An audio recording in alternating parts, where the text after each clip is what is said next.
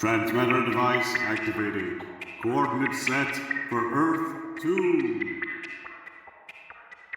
Hey everyone, welcome back to a very magical episode of the Earth 2 podcast. The podcast explores the origins and development of the DC Comics multiverse and the legacy of their Golden Age characters through the Silver and the Bronze Ages of comics. I'm Peter Watson. And I'm David Steele, or am I? I'm gesturing and casting magical sparkles and spells. Listeners, welcome back indeed. Thank you for joining us. We haven't recorded in ages. No, that's true. Funny that. Yes, Weird. Let's see if we've forgotten how. So, listeners, it's a kind of a special episode this week because we're doing a story which is serialised in 3 chapters over 3 consecutive issues of Adventure Comics.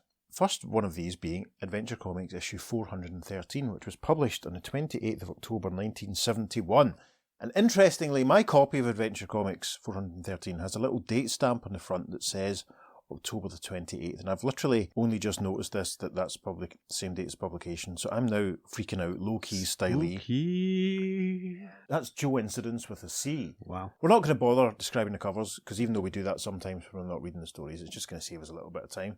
If you want to look them up, you can find them on Mike's Amazing World of Comics, which is that fantastic resource of which we're all incredibly grateful. But yeah, we're going to jump straight in, aren't we? Absolutely, yeah. Story over 3 episodes, over 3 issues, starring that magical magician, Zatanna, and obviously someone else as well, who you're about to meet very shortly. Now, our opening panel, very, very moody. Big, imposing set of gates and a fence. We can see a large manor house with a few lit windows, and there's a bolt of lightning cracking across the sky above.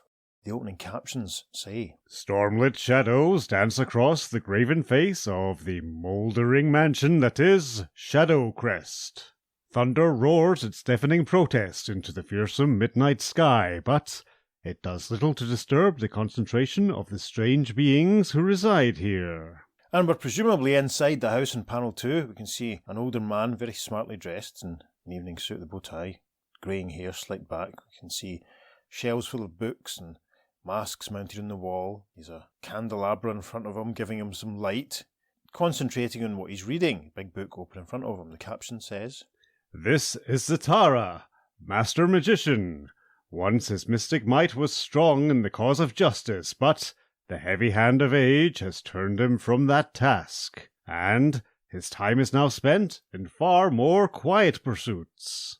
The realm of the supernatural.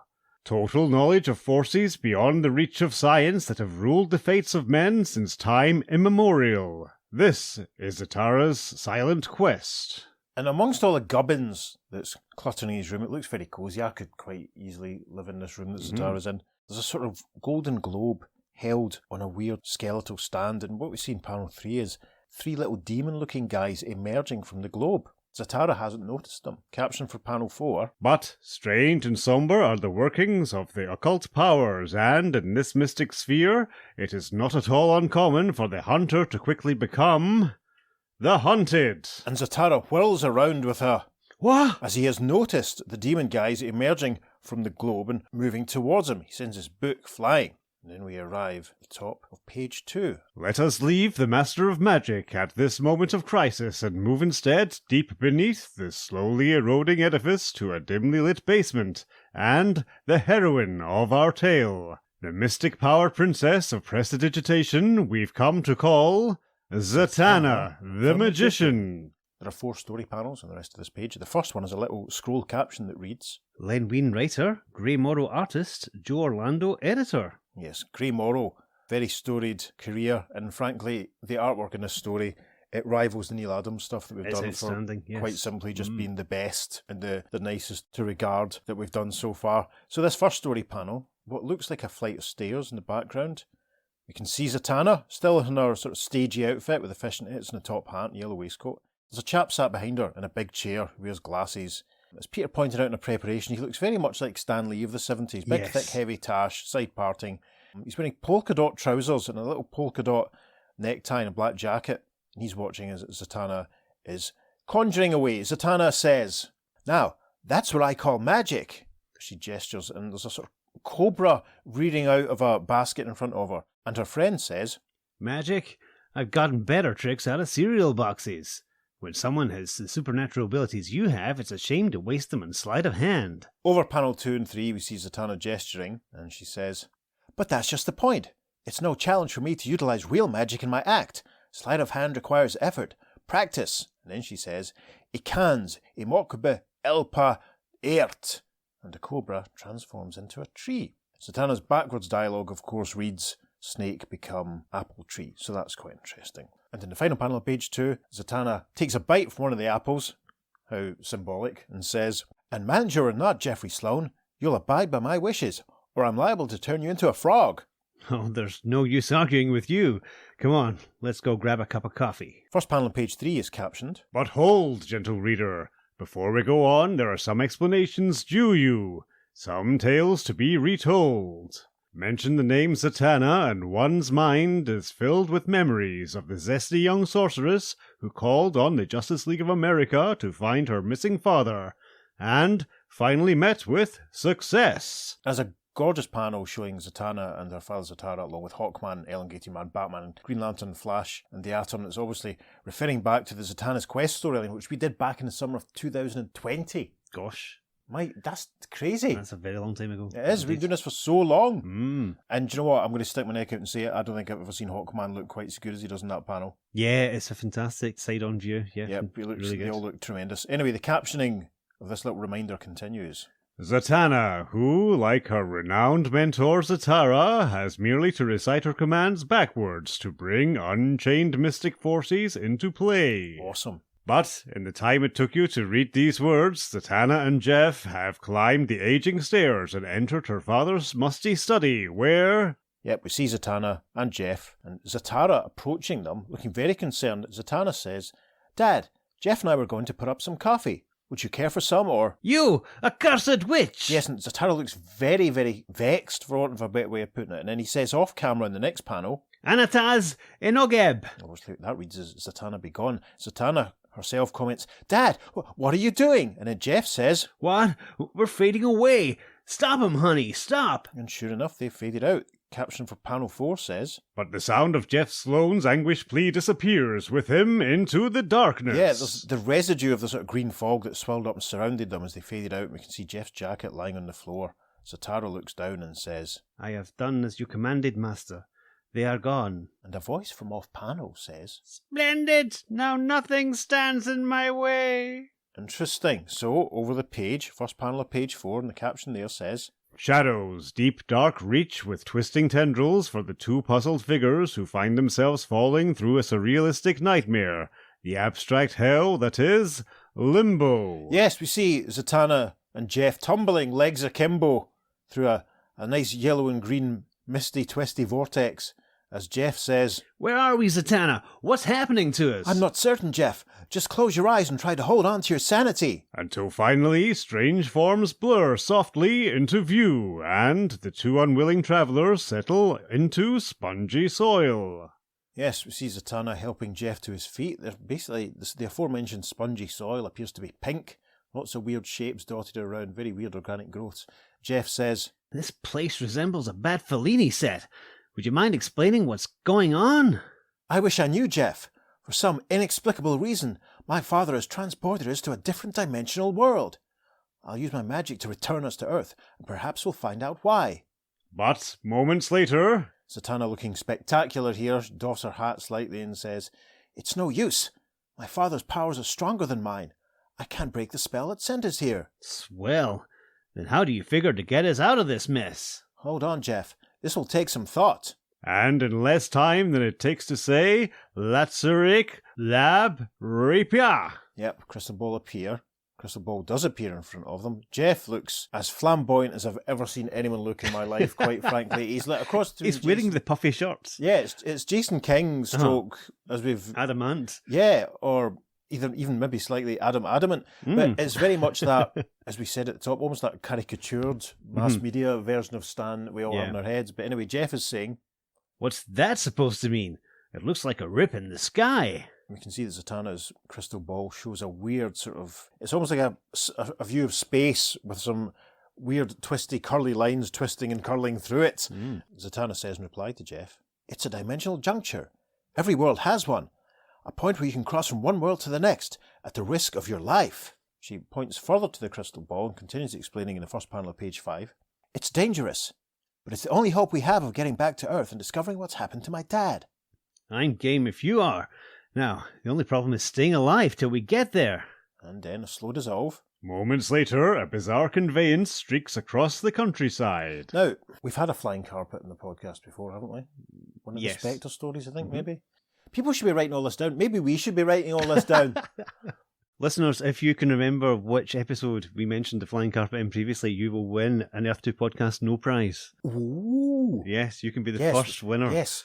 Yeah, we will send you a blank email or social media message or something. That'd be quite funny. Anyway, great shot of them hurtling through the sky now, as Zatanna says, "This flying carpet I conjured up should get us to the dimensional warp in no time.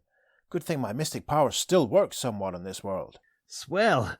Now if you could just conjure up some air sickness pills. Wah, wah. Slow dissolve. They're floating over this lurid green and pink Burroughs-esque landscape, Zatanna says. "Geoffrey, please. This is no time for levity. My father, perhaps the entire world, could be in terrible danger." Sorry, honey. It's the showbiz in me. That line would have killed them in Muskrat Falls. Watched an episode of Friends not that long ago when Chandler, I'm sure Chandler had the line that would have killed in Albany. Something I love that sort of thing. It's like I should have turned left at Albuquerque. Anyway, the caption for the next panel. But there are far simpler ways to be killed on this world. Yeah, Zatanna pushes Jeff back, saying, "Jeff, look out," as suddenly what looks like a spear or an arrow has come up through the flying carpet and nearly hit them. Good gosh. Suddenly, the air is alive with the sound of whistling steel as...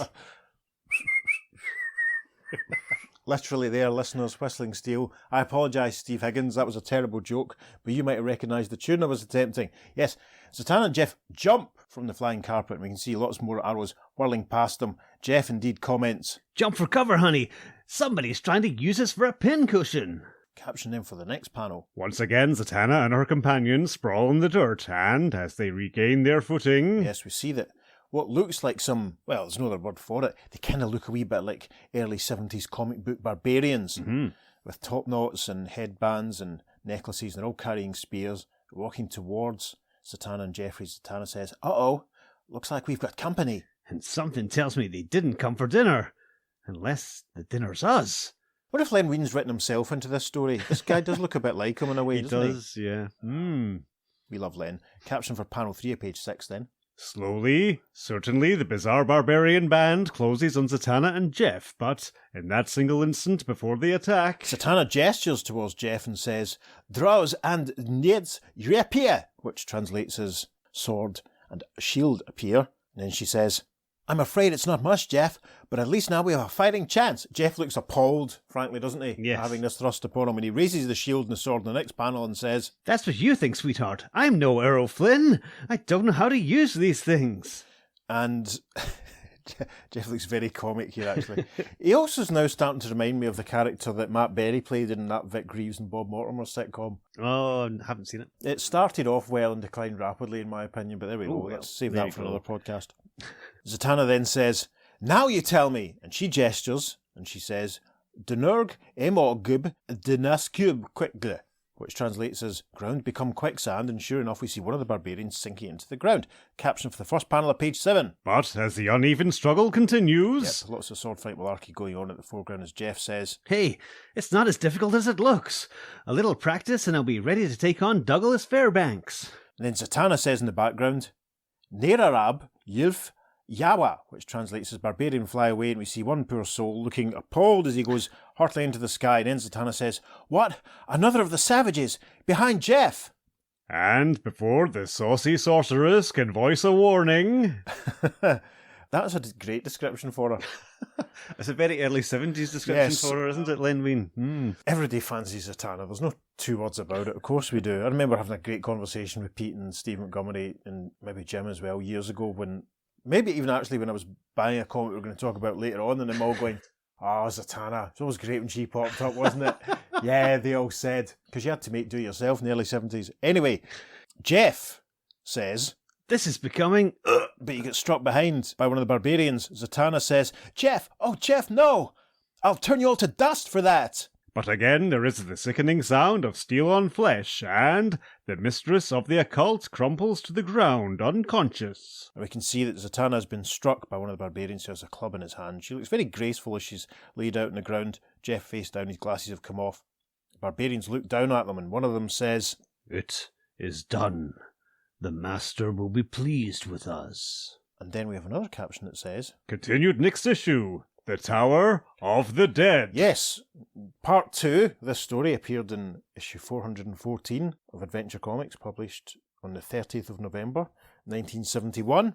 I am reading, in this case, from the reprint in issue 503 of Adventure Comics. All 3 parts of this story were reprinted in the final 2 issues of Adventure Comics in the digest size. So I'm going to have to squint very carefully to see what's going on here. So, continuing with part 2. The first 3 panels are little captions and illustrations which recap the main gist of what happened of Zatanna and Jeff being banished, and Zatanna and Jeff finding the crystal ball and looking at the dimensional juncture, and then Zatanna and Jeff being assaulted by the barbarians. But then a larger caption gets us properly into things, and it says, Fragments of memory that shift and meld to form one solitary thought, one persistent image that presses on her mind. Her father. And it all becomes her father and the madness in his eyes. Something put that madness there, and she must find out what. But the answers dwell on Earth, and her home world seems so terribly far away.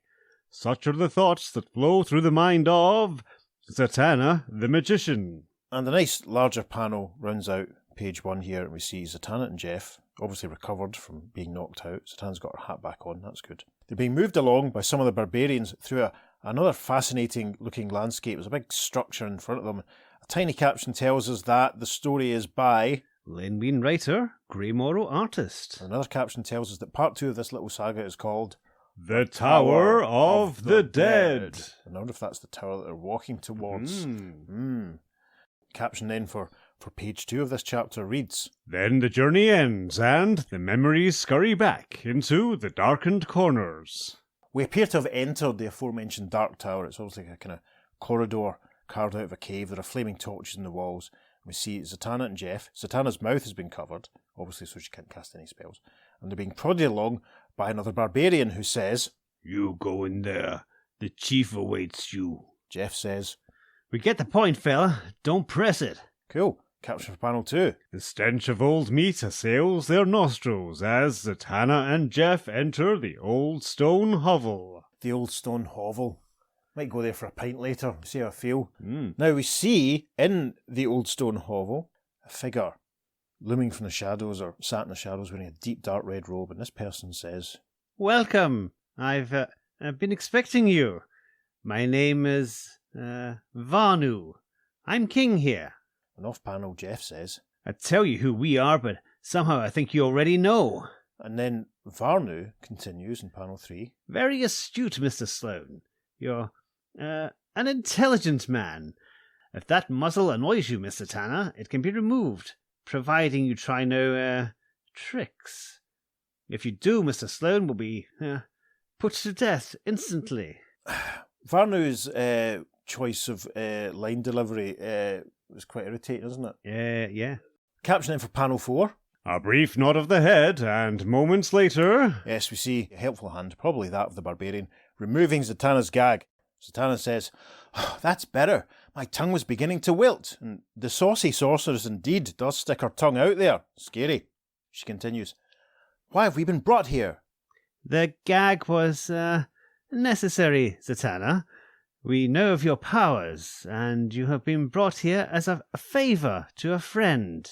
There is one in your world who wants you disposed of, and has offered me the task. I owe this one a debt of knowledge, and anything I can do to repay the debt is small payment indeed. Top of page 3 now, Zatanna says, But why are we wanted dead? What is behind it all? I know no more than you do. The favour has been asked, and I must oblige. Geoffrey says, Tell me, if he asked you to jump off a cliff, would you oblige him too? There is a sudden blur of motion, and... Yes, the barbarian clearly isn't up for Jeff being cheeky as he lunges forward and strikes Jeff in the back of his head with his sword. Jeff says, Zatanna says, Jeff, leave him alone, you! But she's interrupted by, Temper, my dear Zatanna.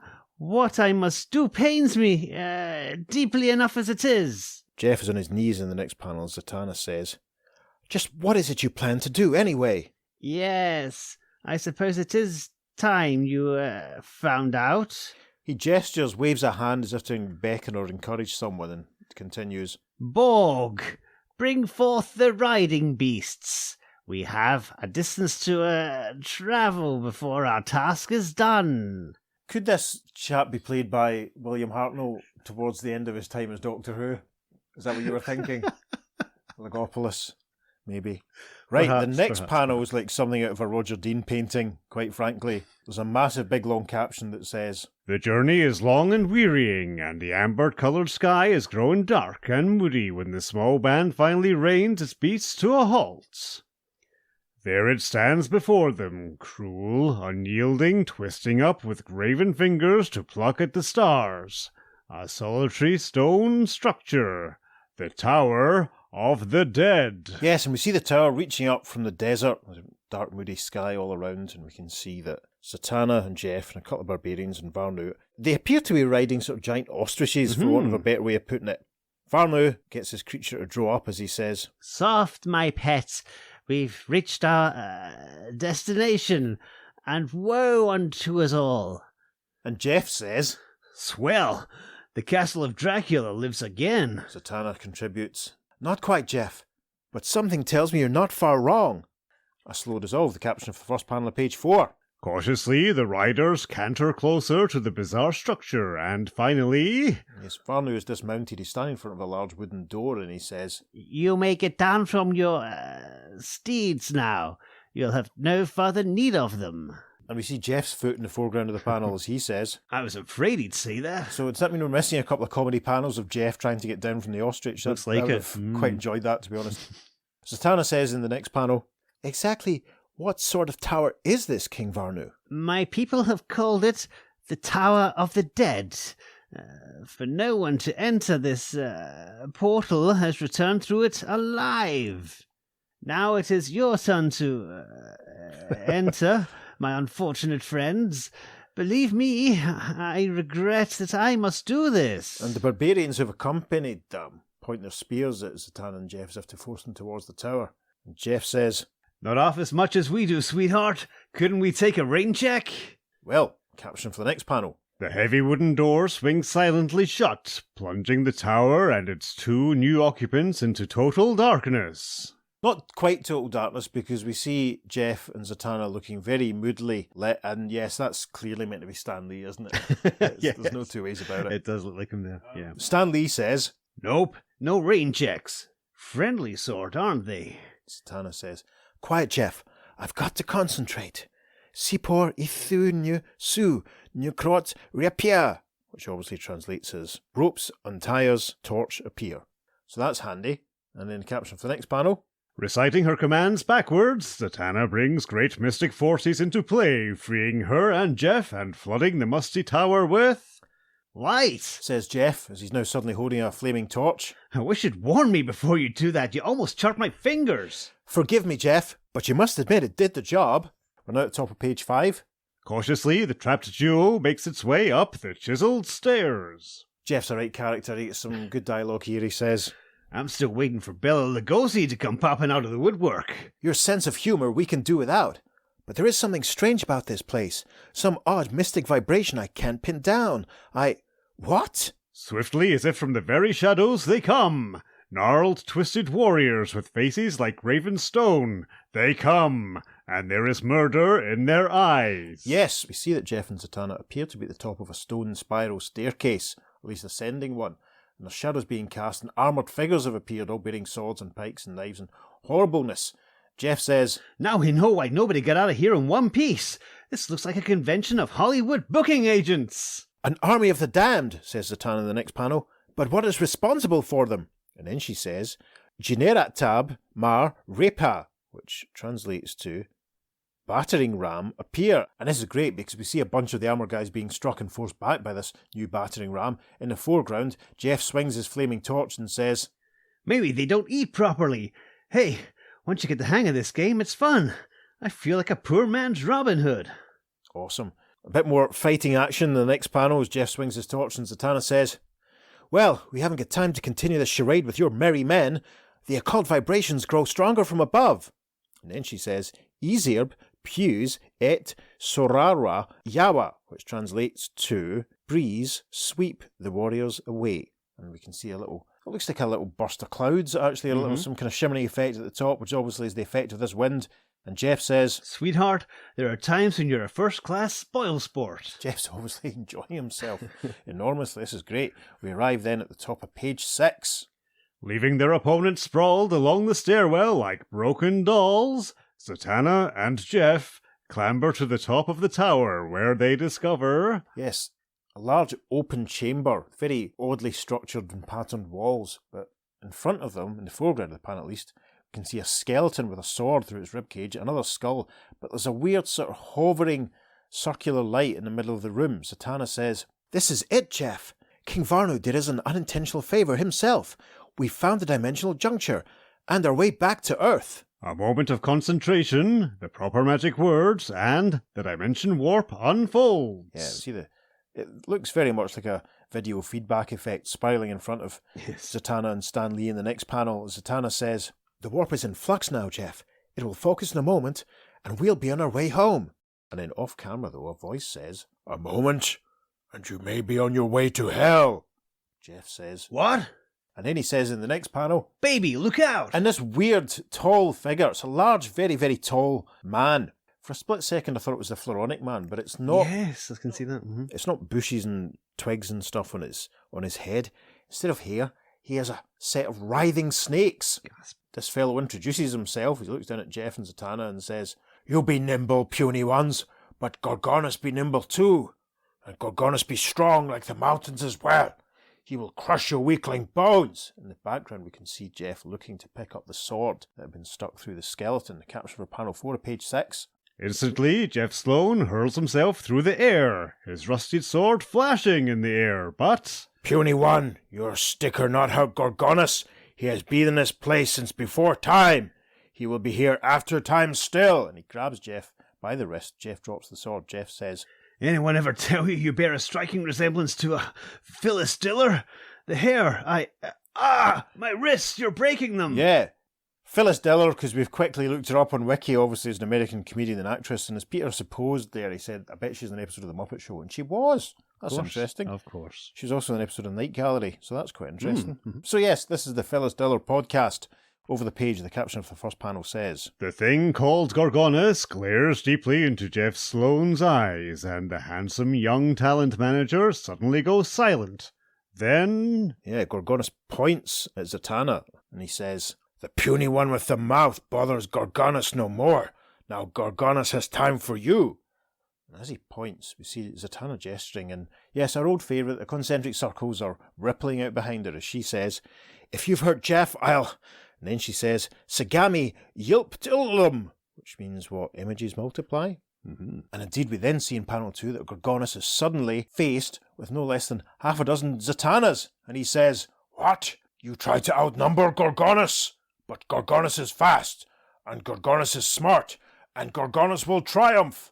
And he lunges forward, but obviously he's aiming for one of the duplicates of Zatanna, because he passes through the dark silhouette, and then falls forward into the swirling loop that we saw, and he says, No, I'm falling into the sky! And Zatanna off camera says, The warp wasn't in focus yet. Gorgonus will fall through nothingness forever. That's a bit of a shame. Wow. Oh well. You reap what you sow, I suppose. The caption for panel 4 says, The sounds of the man-thing screaming fades into the corners of the room, and the Princess of Prestidigitation turns to help her companion. Come on, Jeff. It's Jeff. Oh, Jeffrey, no!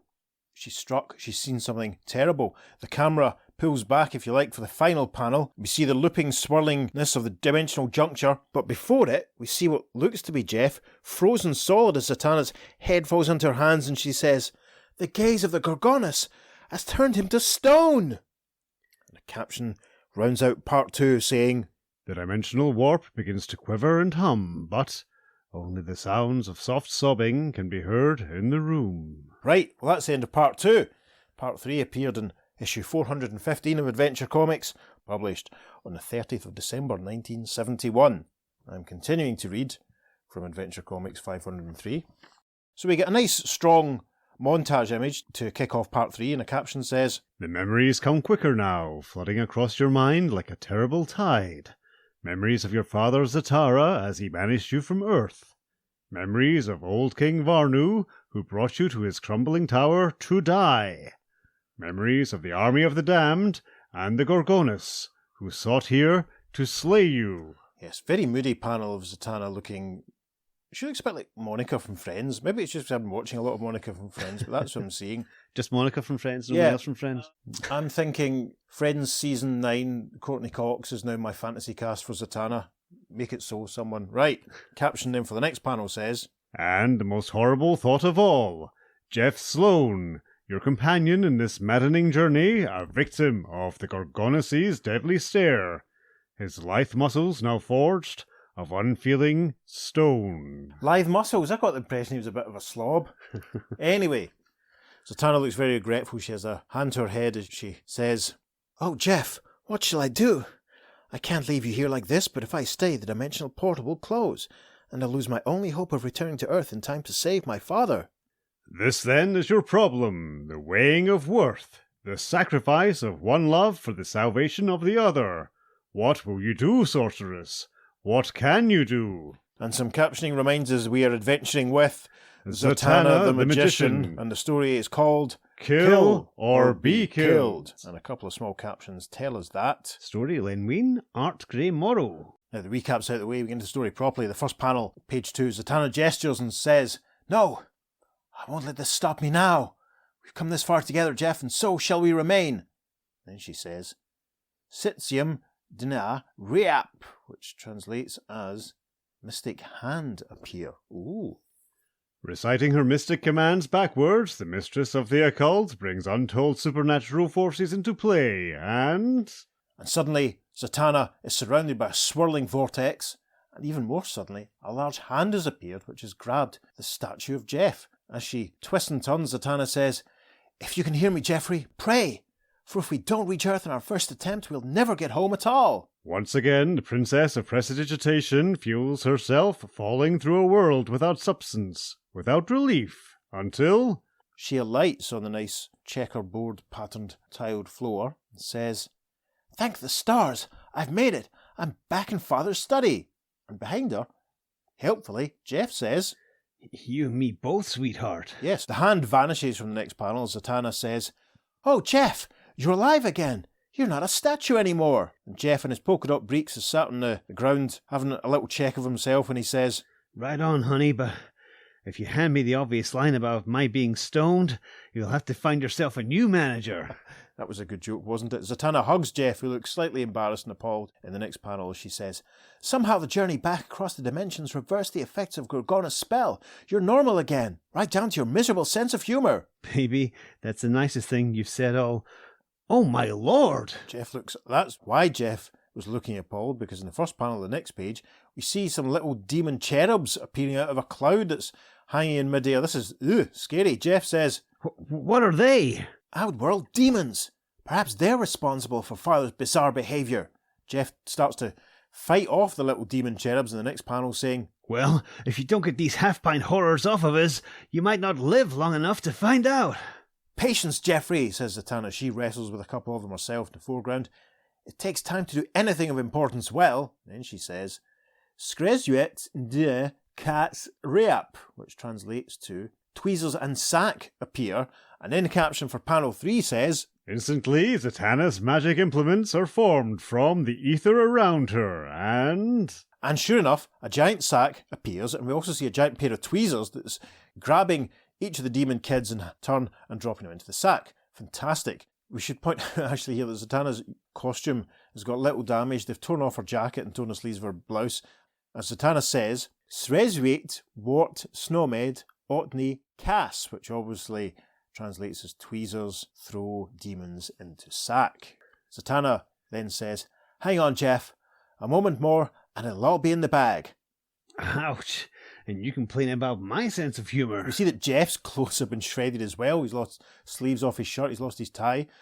Terrible. Capture panel 4 then. Moments later, after the dust of the short-lived battle has settled, we see the sack full of demons. Sack full of demons, that's a good name for a band that might have supported Menswear, isn't it? Not bad, yes. Hovering in the background, Jeff fixes his glasses and says, "Here, honey, I saved this one for you. This little nightmare is going to tell us everything we want to know, or I will personally tear it into tiny little pieces." Yeah, you see that Jeff is holding on to one of the demons still, and the little demon guy says, "No, heart grand tell all." Zatanna looks very dishevelled and says, "You had better, demon, or else." Over the page, caption for the first panel there. And after the squirming little creature has told its tale... Yes, we see Grun's legs vanishing into the bag as Zatanna declares, "Nomed Othni Cass." Demon into sack, obviously. And she says, "If what Grun says is true, the world stands in terrible danger at the hand of my own father.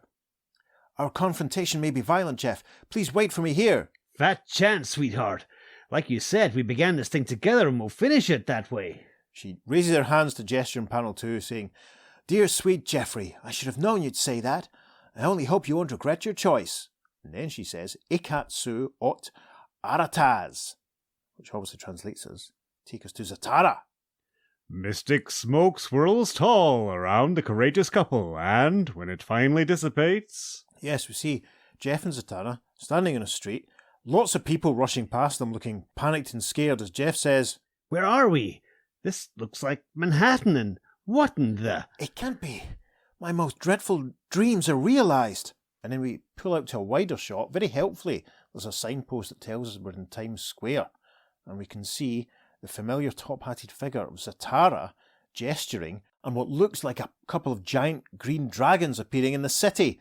Zatanna says from off-camera, "My father is using his awesome powers for evil." And indeed we see Zatara, the elder, saying, "Sretnomots Nekawa," which obviously translates as "monsters awaken." And then some brilliant captioning. Like a concrete sea, the pavement parts, and from the gaping abyss rise monsters. Grisly, misshapen mockeries of life that threaten to reduce sprawling Times Square to worthless rubble. Such are the shapes of unbridled madness, the forms of panic and fear. Such are the demons of Zatara the Magician. We're on page 5 now, the caption for the first panel. But this man who has spawned monsters has spawned something else as well. An overwhelming love in the heart of she who is his daughter. Zatanna moves forward, saying, "Father, please, you must stop this madness. You must." Jeff tries to hold her back, saying, "Zatanna, baby, don't." And then Zatara Sr. says, "So, daughter, you've returned, but only to meet your doom." Caption for panel 2. Thus it begins, this terrible struggle between Master Magician and Mystic Maid, between one who once lent his powers to the protection of mankind, and one who defends it now. A close-up of Zatara as Zatanna says, "Father, I beg you, listen to me." "Words are worthless, daughter. 'Tis only actions that count now." Caption for panel 3. And violent actions begin to roil the humid air, for Zatanna has learned her mentor's lessons well. Very well indeed. In the next panel, we see their silhouetted forms gesturing at each other, and in the background, rippling energy brings into form what looks basically like, well, I don't know, mystic arm wrestling, as Peter puts it in the preparation. The caption continues. And if what they say of the sins of the father is true, so must it be with his virtues. But virtue is not restricted to sorcerers alone. It too comes in myriad shapes and forms. Yes, Jeff rushes forward to try and protect Zatanna, saying, "Get out of here, sweetheart. I'll hold him off till you do." "Jeff, you crazy idiot, don't!" But the Saucy Sorceress's warning comes instance too late. Yeah, in the background we can see the writhing tentacles of one of the creatures, and it's grabbed Jeff and borne him up into the air.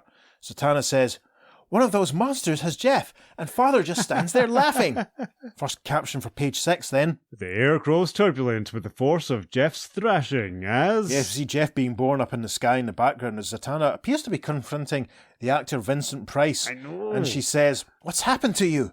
You're not the man I loved and respected. You've become a power-crazed maniac, and you're murdering Jeff." "Of course, you simpering fool. Killing him leaves one less foe to oppose me in my conquest of Earth." Caption for the next panel's very interesting. It says, The mistress of magic peers at the mad-eyed face of her father, and the horrible visage is quickly replaced by the spectre of the Zatara she once knew. kind, loving.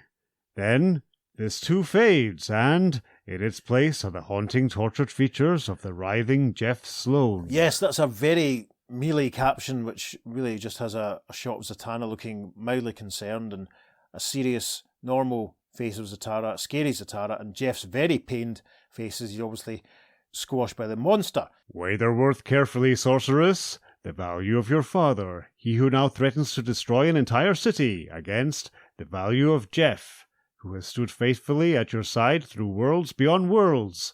Weigh their lives most carefully, wizardess, and decide as you know you must. Zatanna makes her choice. She gestures and says, Zatara, die! And there's a burst of energy as he clutches his chest and says, No, child, you mustn't. I'm your father, your father! And the caption for the final panel of page 6 says, And that last bitter fragment of obvious information fades with Zatara into silence. Yes, the creature has released Jeff. Zatara lies prostrate on the ground. Jeff steps forward saying, Zatanna, what have you done? Whatever else he was your own flesh and blood. Please, Jeff, don't remind me. I did what I did for the greater good.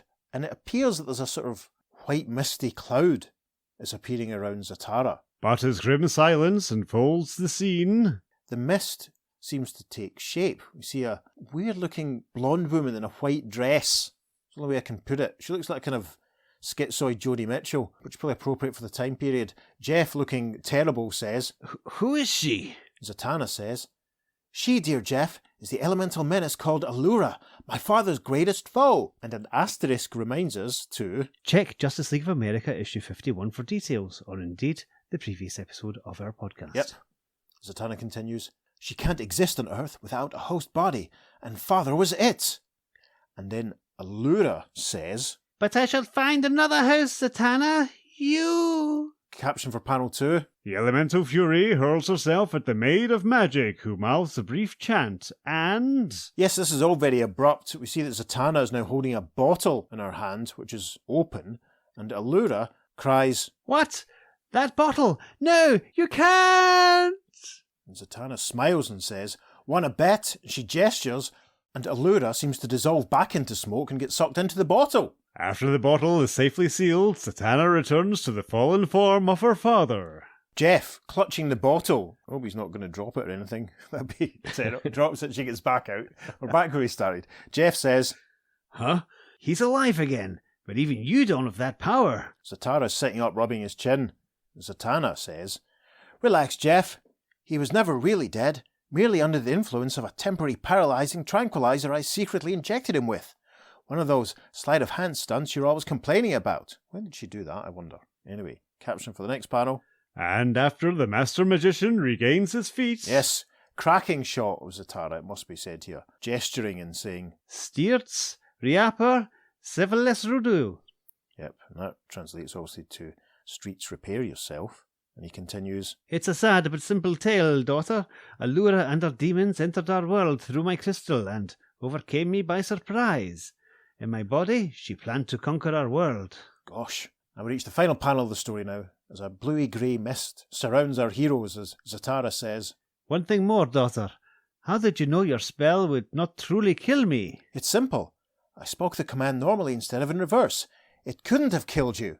And then she says, Ecomes, Ecat, Su, Emor, which obviously translates to smoke take us home. And Jeff gets the last word as he says, Wow! How's that for a Rod Serling fade-out? And a tiny caption tells us that it is the end. And then another caption says, Next issue, the return of the Vigilante. Yes, Vigilante is going to return again for one of the many times he's going to return this year. And that's us. That's the end of issue 415. Now, probably could have said this at the top, but a slightly edited version of this story appeared in issue 11 of DC Superstars that was published on the 28th of October 1976, 5 years to the day after the publication of Adventure Comics 413. And that's quite interesting. And it's also quite interesting because October 28th is my dad's birthday. Oh, so my dad's 31st birthday was commemorated with the first part of the story, and then his 36th birthday, they reprinted it. Interesting. I have no idea what he thought of the story, but there you go. That was fun. Justify it, obviously, because it was the returning appearance of the Golden Age hero Zatara, and there was a little trip to another dimension. Certainly was. Ticked all the boxes for a remit there, I think. Yep, it worked very well. Interesting. And we met Jeff, Yes. We met Jeff. Jeff. I hope Jeff comes back. Action hero Stan Lee, man. Comedy boyfriend Jeff. That was a lot of fun. The slightly disjointed aspect of it being serialised detracted maybe from it being a bit more fluid, I suppose. But it's interesting how they basically got sent into that other dimension and the Tower of Death, which really ultimately proved not really that important to everything else that was going on. No! It's just really bizarre. Basically, Varna was like, I will send you back to go through here. And you... and he vanished after they got to the tower. Yeah, it was fairly pointless. Did how was his plotline resolved? Did he ever come back? That's what I want to know. Did he ever get around that strange, bizarre speech impediment they had? Yeah. It's worth saying that this story is actually revisited with a couple of sequels. Is it? In Adventure Comics. It won't be covering, but Gorgonus comes back in Adventure 419 in A Nightmare Called Gorgonus. Oh. And then we have the final Zatanna Adventure Comics story in Adventure Comics 421 called The Brave and the Broken. But yeah, so shortly after this, they do tie up some loose ends. Interesting. From it, but we're not going to cover those stories. Do you know what? I didn't know that. I'm going to have to go and read the Gorgonus story because I want to see what happens next. That's exciting. Yes, listeners, we will be doing a few more stories from a few more issues of Adventure Comics in this period. So stay tuned for all of those. What did you think of the story then, Pete? Grey Morrow's art, man. I know, it's amazing. Stunning, isn't it? So beautiful. See the close-ups of Zatanna's face and the expressions. I know. The expressions and everyone's just sensational. I bet it doesn't look as good on the page as it probably was in real life. I bet, anything that the original art is probably...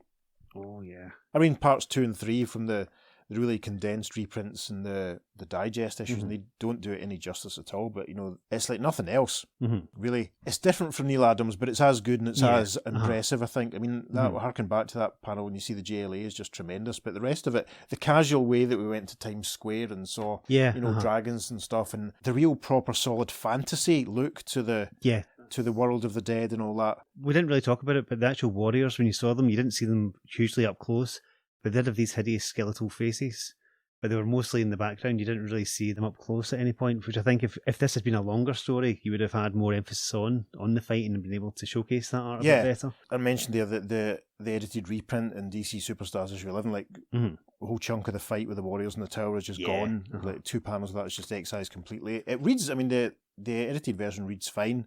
Just cuts out some of the recaps and the nice shot of Jeff and Z on the flying carpet's missing. Interesting as always to compare the reprints and just notice some of the colouring changes here and there. I feel sorry for whoever had to go and make up new colour plates every time they dug this story out. I don't know about you, but I was having... Did you ever watch the TV show Coupling? No. Okay. Because I was having coupling flashbacks at the end of part 2 when Zatanna's got her hand up to her mouth. She's going, Jeff, oh, Jeffrey! Because that was a catchphrase of one of the characters in Coupling. That's lost on me completely because I haven't seen the programme. And I probably will never watch it on account of who it was written by. But it's very good, though. I've heard that. I was struck as we were reading that Mr. Sloan, any relation to Terry? Is he a nephew? Is he an Earth 1 counterpart nephew? He's the Earth 1 Mr. Terrific. He's a terrific agent. Yes. Okay. Maybe. I thought he looked a bit... He also reminded me of Funky Flashman, but that's obviously because, again, the Stan Lee reference. Yeah, so definitely, yeah. He probably knows Funky Flashman, but he first appeared in Miss Miracle issue 6, which was... It was published around that time, yeah. Tail end of 71, start of 72, yeah. So that's interesting. There must have been something in the water. With the Stan Lee homage / parody / archetype. In fact, it was written by Len Wein. Yeah, I'm sure Len would have been aware of Stan by this point. Oh, yeah. If he hadn't started at Marvel yet or not, we're not sure. But yeah. There's not an awful lot really to say. I think it's a fun little serialised story that jumps about. Reading it in a through line, you kind of get more of the dissociation of it all, like how the middle chapter with the tower doesn't really connect to any of the rest of it at all. Yeah. In saying that, they are really short chapters, yes. And they try and fit an awful lot in, yeah. And they have a complete story in each one, but it doesn't really serve the story, to be honest. If it had been one single issue, it could have expanded on that. But unfortunately, because of the page count, there's only so much you can fit in. And again, just imagine this had been 3 separate issues. Think of the Grey Morrow art on that. Oh gosh, I know. I mean, we saw when he's taken to the city where Varnu is king. If he thinks he's king, because he goes, "I'm king." Yeah, what was Varnu's hesitation and stuff? That was bizarre. Incredibly mannered. I can't think of anything like that before. So weird. I don't know. It's almost like anti-Shatner. I don't know. It's very strange. Yeah, I know what you mean. But yeah, we could have had a whole big expanse of this stone city with its strange totems outside, and that had been really fascinating and really great to look at, but instead we've just got one panel with mainly taken up with Jeff in his polka dotty trousers on the way in, and then we're straight into the catacombs. It's weird. Yeah, I mean, I'm still not sure why Varnu took them to the tower in the first place. Was it just to dispose of them and dump them there, and was it almost like a prison that I suppose Tower of the Dead, is it? Yeah. Just where he deposits people that are irritating him or winding him up. I don't know. Be. Or maybe he's actually wanting to get into the tower at some point and thought these people have got a chance of destroying what's inside and I might be able to get in. Did Terence Dicks read this story when he was plotting the Five Doctors? Might have done. That's the question, isn't it? And they went between. They didn't go above or below. Yeah, yes. Interesting. And they were faced with stuff as they went up a stone spiral staircase. And there were torches involved, yes. Yeah, interesting. Similar imagery. Listeners, Yes. and I will use that to try and entice my pal Kenny into listening to this episode. There we are. But yeah, your Floronic Man comparison with the Gorgonus is very, very apt. Because, again, he does kind of have that look, and with the snakes for the hair, replacing what would have been Floronic Man's leaves. It's very striking. Yeah. Very striking. Very stylised. Yeah, So, very similar. But yeah, it is good that Gorgonus does come back in the sequel, and we get an answer to that story. But obviously, we're not going to get into that. Yes, apologies, listeners. You just had to track down a copy of those stories yourself. I'm pretty sure I've got them. If not, I'll have to rake about and see. It would have been quite nice to sort of have a sort of cutaway shot to Gorgonus, like, impaling himself on a spike or landing at a child's birthday party, or just as some puppies were being born and causing havoc. Really giving it an edge. Or basically being undercover as a freelance sculptor, just using his powers. When we write our DC comic, we will write a full 12-issue miniseries about what happened to Gorgonus, and we'll get the guy that does the covers for Danger Street to do the covers for us or something. Yeah, perfect. Perfect, Gorgonus. Yeah, so it's fun to do this one, obviously, because we had a little flashback with the Elongated Man last week, so that was prompted really, or we decided to do that then because we knew this story was coming up, so it made them a little relevant. So that was a couple of weeks of Zatara and Zatara goodness. Right, so jumping forward now to get some contemporary correspondence. First of all, looking at issue 418. I'm going to give you a segment from a letter from Joe Arul, Fort Lee, New Jersey. Dear Editor, there were so many good things about Adventure Comics 413 that I hardly know where to begin. Perhaps it would be best if I commenced with what excited me the most, namely the announcement in the letter column that following Zatanna, which incidentally promises to be a very excellent series, there will be other characters featured in new stories. Quite frankly, I wasn't too impressed with the selection of the Vigilante, a one-time third-rate filler in action, as the next star on the agenda, but I was impressed with the choice of the Bird Lady to fill this spot, and yes indeed, we will be covering those Vigilante and Black Canary stories in coming episodes. Certainly shall. A little segment now from the next letter from Bob Pignat, Surreyville, New Jersey. He quickly says that the Zatanna adventure was too much. Gray Morrow and Len Wein proved to be a perfect team in relating her adventures to us. So that's nice. I hope she'll be appearing every once in a while. The response to that says, how about next issue? And that refers to the Gorgonus story that Peter told us about. The next letter is from Gerard Triano, Element, New York. A lot of people, presuming the NJ is New Jersey. Yes. Yeah, a lot of people from the Eastern Seaboard writing in. Gerard says quickly, since Zatanna's last JLA appearance was a near disaster, harsh, I didn't expect much here, but Len Wein did it again. He and Gray Morrow have made her come to life in this well-done story. I'm anxious to see Black Canary as well, since it's something I asked for a while back. Now, if you could keep my feet on the ground as often as you turn out hit comics, we'd be all right. And the response to that was, now that you've seen the Alex Todd version of Black Canary, don't you think it was worth waiting for? Well, we'll decide on that in a few weeks' time, probably. Yes. And now Peter's going to read a little chunk from the final letter of this issue. Ah, Zatanna, lovely sorceress. I always felt that she was a rather colourless character until now. Oh boy, when you make changes, do you make changes? Her old-fashioned garb next to her manager/boyfriend's mod attire makes a refreshing contrast. I happen to like Jeffrey Sloan, so any further developments in their personal relationship have my blessing. I also approve of the fact that Jeff seems to be a little huskier than your usual male romantic interests. I suspect also that he may be a trifle shorter than Zatanna. This bit of realism is highly commendable. These relatively small details have a profound influence on the total effect of honesty. I am biased because I like continued stories, but I really like the way you ended the first part of this one. It introduces you to buy the next issue without being a cliffhanger. Cliffhangers remind me of soap operas. Marvel tends to fall into that trap too often. I'll be anxiously awaiting the next issue of Adventure. And that's from Ilona R. Arwitz from Brooklyn, New York. Yep, quick editorial response says, thanks, that's what you tried to do, give you an episode complete in itself, even though the story is continued. Moving on to issue 419's letter column now. Nothing too much to report from the first letter, so apologies to Mike Jackson from Palm Springs, but the second letter has a little snippet that says, next are your choices of reprints. They have been for the most part exceptional. Remember, this is the days of the 52-page giant, listeners. Animal Man, one of my favourite Strange Adventures features, was greatly welcome. How about new material with him? The Legion stories you've chosen have been among the best of the 40 period.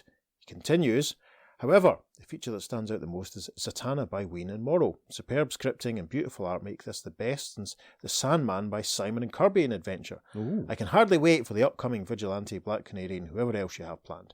Adventure, which is probably the best mag for back features in the golden age of comics, has come back to reclaim that honour. My hat's off to you. And that's from none other than Paul Cooperberg of Brooklyn, New York. Wow, future DC writer and legend. Yeah, Paul exciting. Cooperberg. Indeed. Exciting. Peter is going to read a little chunk from you from the next letter. I like the Zatanna strip very much. Gray Morrow's art is really nice, and the so far science fiction-ish plotline is refreshing. So that was nice. And that letter's from? That's from David Michelini, again, future comic writer from Louisville, Kentucky. Yep. And one final letter from 418 observes that they think the Zatanna series is great with her compliments to Messrs. Wayne and Morrow. That's those nice words coming from Carol Strickland. Fayetteville, NC, where's that? North Carolina? Yes. Well, hey, Steve, I'm getting there. Right. And then we're going to jump to issue 420. There's no comment in Zatanna in the first letter, however the second one says, Dear Editor, I've just finished reading the third part of your great Zatanna series, and just had to write to let you know how much I enjoyed it. Gray Morrow's art is the best I've ever seen him do, and Wayne's story was great. Until she returns, I'm going to be hounding you guys every issue for more news stories of Zatanna. She's fabulous. P.S. Supergirl's okay too. And that's from Greg Myers from Lima, Ohio. Terrific. And that kind of wraps up the letter column. There's no more mention of Zatanna in the letter column. Oh, that's disappointing. Yeah. Oh well, not to worry. But yes, so thank you, Greg, for your one solo contribution. Yes, and it's good to see that at least folk back in the day enjoyed it as much as we did. Yes. But listeners, let us know what you think. You can email us at theearth2podcast@gmail.com. Make sure you follow us on social media, because as ever, we'll be posting up some lovely bonus material for you for this, and indeed every episode, on Facebook and Instagram, we're at the Earth2 Podcast, and at Twitter, we're at podcast_Earth2. If you're feeling generous, you can go to wherever it is you receive your podcasts and write us a nice positive review. That'd be lovely. Michael Rosenbaum on the Talkville podcast says that that's a good thing to do. So if you could, that'd be great. Fantastic. And you should listen to the Talkville podcast if you're a DC fan and you watch Smallville, because it's a lot of fun. It's very interesting. That's my podcast recommendation of the week. There we are. But as Pete says, check out the socials. Managed to scrape a few other Zatanna covers together. We'll post up the cover of the reprints and stuff so you can have a look at them. And obviously we'll post a few panel highlights. But a lot of good response to our social media stuff recently, which is nice and makes it all feel worthwhile. Yes, thank you very much for that, folks. Yeah. Terrific. And on that note, I've been Retep Nostor. And I've been Leets Devad. We'll see you next time on the Earth2 Podcast. Backwards. Transmatter Cube activated. Return coordinates set for Earth Prime. But at the time it took you to read these words, Zatanna and Jeff have... Sorry, Zatanna and Jeff sounds so naff, doesn't it? Yeah. Maybe it should be the amazing Jeff. The lovely Jeff. Yes. The lovely Jeff. And the lovely Jeff. Yeah. Shadows, deep, dark reach. I went way too high. Like up there. Outtake-O-Rama. Yeah. On BBC 4 now, listeners. What? You tried to outnumber Gorgonus, but what? You tried to outnumber, you tried to say your lines. Jeff says, huh? He's alive again. When did you become Jeff? Sorry, man. I was reading it. Sorry.